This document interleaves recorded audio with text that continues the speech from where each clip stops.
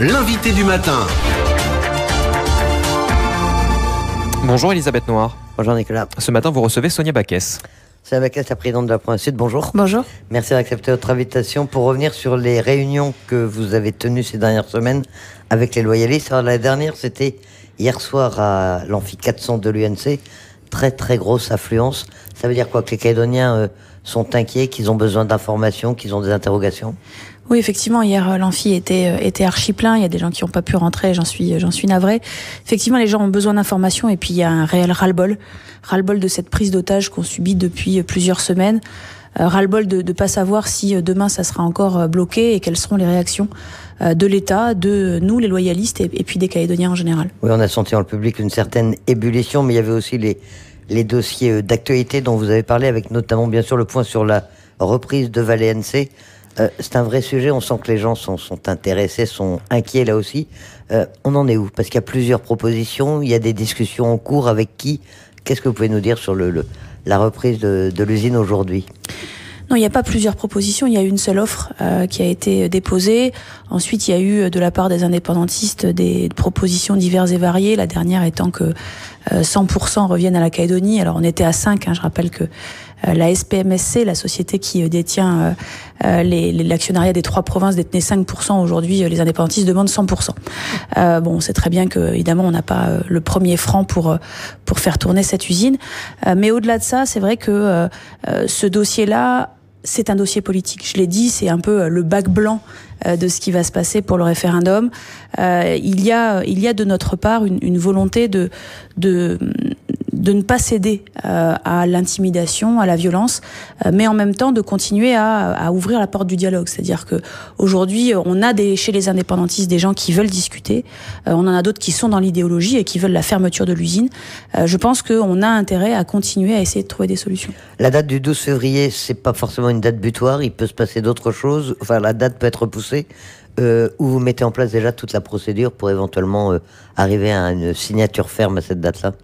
En fait, le 12 février, c'est la fin potentielle du compromis de vente. C'est-à-dire que si Valais constate que le 12 février, rien n'a avancé et qu'il n'y a pas de repreneur potentiel parce que finalement tout est bouché, Valais décidera de ne pas réouvrir, tout simplement.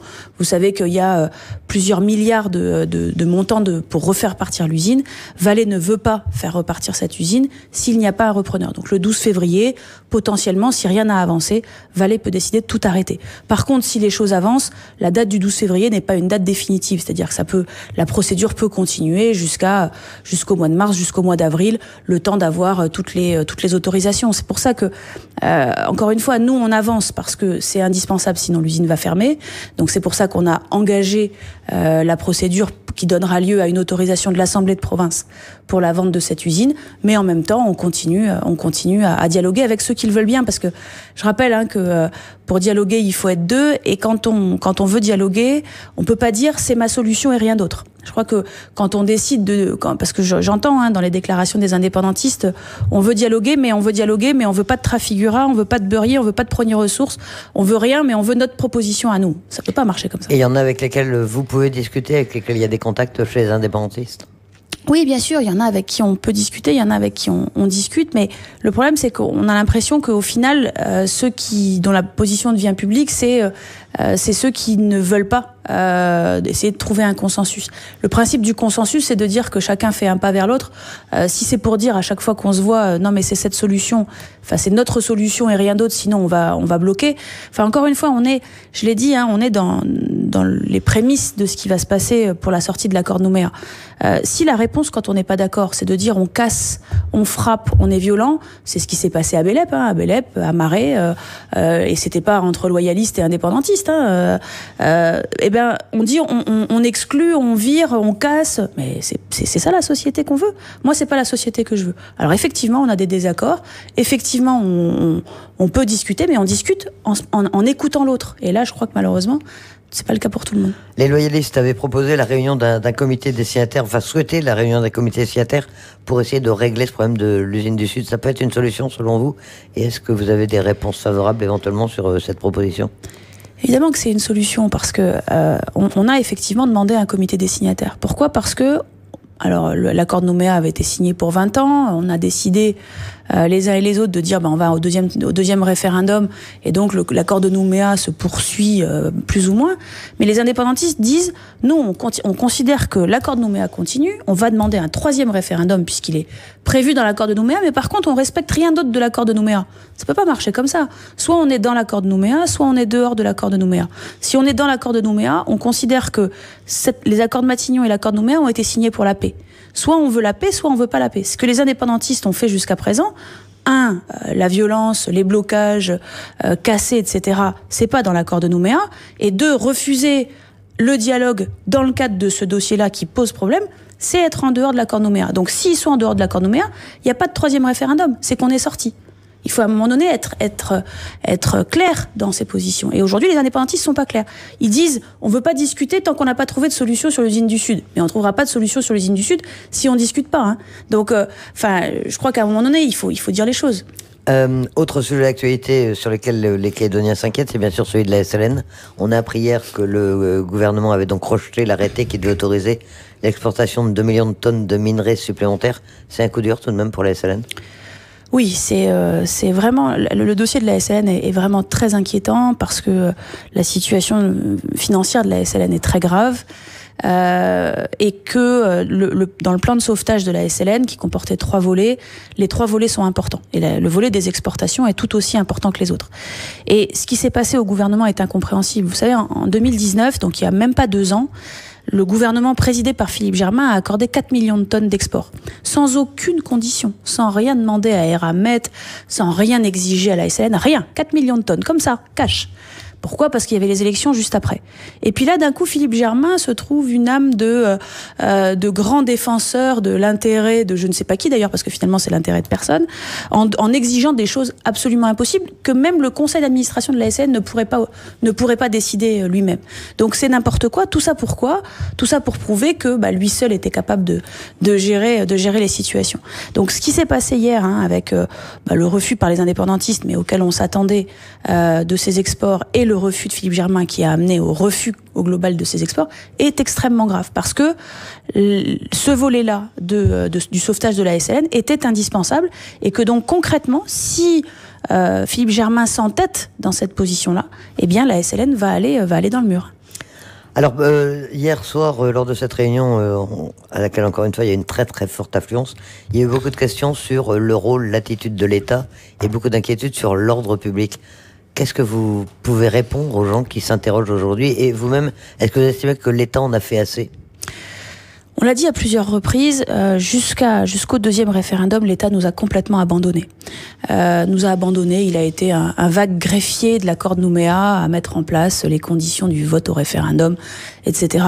Il nous a laissés seuls en race campagne quand les indépendantistes ont dit que on pourrait garder la nationalité française en cas d'indépendance, qu'on continuerait à avoir 150 milliards par an.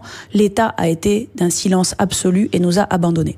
Après le 4 octobre, on a un ministre des Outre-mer, Sébastien Lecornu, qui a pris le dossier en main et on s'est dit que ça y est, on avait un État qui était de retour, qui a dit des choses courageuse aux indépendantistes, qui a fait des choses courageuses, parce que quand au mois de décembre, il y a eu des exactions, il y a eu des blocages, eh bien il y a eu une réaction extrêmement forte de l'État, qui a été présent, qui a envoyé les forces de l'ordre en face, qui a interpellé les gens qui étaient responsables de ça. Et donc, on a eu une réaction extrêmement forte, jusqu'à la fin de l'année. Et puis d'un coup, là, depuis le début de l'année 2021, l'État a complètement disparu à nouveau. On a une situation à Saint-Louis qui est insupportable. Je veux dire, quand la province sud décide d'envoyer des entreprises pour nettoyer cette route, c'est Beyrouth là-bas. Je sais pas si tous les Calédoniens ont l'occasion de passer là-bas. Il y a des voitures brûlées, il y a des tas de terre. On est obligé de contourner, on est obligé de ralentir avec des gens qui sont menaçants sur les bords de la route. Mais c'est insupportable. Mais sur le territoire de la République, on peut pas vivre dans ces conditions-là. Donc, moi j'ai demandé à l'État d'assurer la sécurité pour nettoyer cette route. L'État ne le fait pas. L'État connaît les noms des 30 personnes au sein de la tribu de Saint-Louis qui posent problème. Il ne fait pas le travail. C'est insupportable. À un moment donné, on est sur le territoire de la République, il faut que l'État joue son rôle. Et là, sur cette question-là, sur la question de Saint-Louis, l'État ne joue pas son rôle, très clairement. Pourquoi depuis le début de l'année, il s'est passé quoi ? Pourquoi est-ce qu'il y a eu cette rupture ? Je n'ai pas d'explication. L'État mais en tout cas, la réalité c'est ça. La réalité c'est que on a eu des vœux du ministre des Outre-mer qui nous a promis un certain nombre de choses, et puis derrière on n'a pas de suite. Et je crois vraiment que là, Si l'État ne veut pas qu'on aille et que les Calédoniens se fassent justice eux-mêmes et prennent ce qu'on a entendu hier soir, moi je l'avais entendu dans les réunions que j'ai organisées au titre de la province à Païta et à la fois la semaine dernière, les gens en ont ras-le-bol. Et si l'État n'est pas capable de nous protéger, il y en a qui veulent aller sur le terrain. Et c'est ça qu'il faut éviter. C'est ça qu'il faut éviter parce que c'est là qu'on ne maîtrise plus les choses. Je l'ai dit hier soir, personne ne veut de la guerre civile. C'est l'État qui est garant du fait qu'on n'aille pas à la guerre civile. Et si vous me permettez juste pour aller au bout de ça, l'État doit garantir le fait qu'on n'aille pas à la guerre. Et pour ça, il faut aussi qu'il fasse le nécessaire sur ce 3e référendum. Si on va au 3e référendum comme on a été aux 2 premiers, ce sera la guerre en Calédonie. La responsabilité de l'État aujourd'hui, c'est de dire on ne remplit pas les conditions pour aller au 3e référendum. Moi, je considère que les Calédoniens se sont exprimés 2 fois pour rester français. Il y a en Nouvelle-Calédonie 47% de gens qui votent pour l'indépendance. Je propose ce statut-là, je le mets sur la table pour trouver une solution qui convienne à l'ensemble des Calédoniens. Donc c'est vers l'État que vous vous tournez aujourd'hui. C'est l'État qui aujourd'hui peut permettre de sortir de la situation dans laquelle on est, aussi bien sur les usines, on a envie de le dire, que sur l'avenir institutionnel. Alors évidemment, on peut pas compter que sur l'État. On voit bien, il était là, il est plus là. Il faut faire avec. Nous, on a pris nos responsabilités sur la question de l'usine du Sud. Vous le savez, j'ai transmis, j'ai mis dans le circuit les documents pour approuver la vente à Prony Ressources de l'usine du Sud. Ça, c'est une décision que j'ai prise, qui a été suivie ensuite par le président du gouvernement, qui a convoqué le comité consultatif des mines, par le haut commissaire, qui a convoqué le conseil des mines. Les 2 auront lieu la semaine prochaine. Donc, on prend nos responsabilités, mais réellement, personne aujourd'hui, la province sud n'a pas de gendarmes, n'a pas de policiers, le gouvernement n'a pas de gendarmes, n'a pas de policiers. Les seuls qui sont capables de faire respecter l'ordre, c'est l'État. Donc l'État doit jouer son rôle. Sonia Backès, présidente de la province sud, merci d'accepter notre invitation ce matin.